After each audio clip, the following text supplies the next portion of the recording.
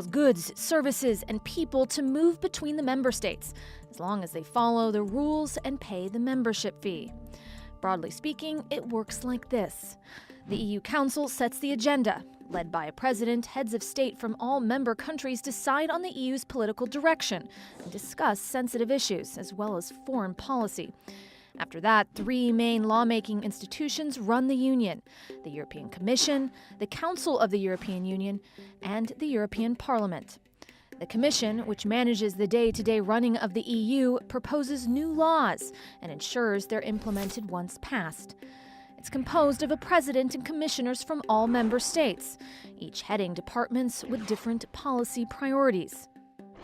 Then the Council and Parliament vote on the proposed laws in a process known as co-decision. In other words, they both have to agree to pass any legislation proposed by the Commission. The Council is made up of ministers from each member state's governments, who also help to coordinate each nation's policies. The Parliament has 751 MEPs elected every 5 years by European citizens from all member states. Its main role is to supervise the work of the Commission, debating and approving laws and also voting on candidates for the EU's top job, President of the European Commission.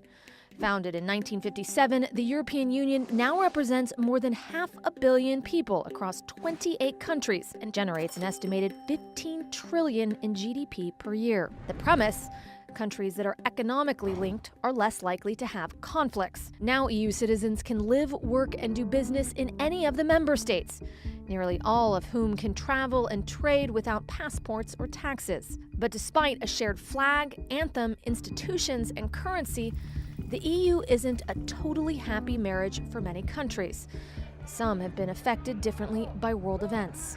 There have been arguments over financial regulations, bailouts, and different approaches to migration. Anti-EU parties have sprouted across Europe, some calling for their countries to withdraw from the Union.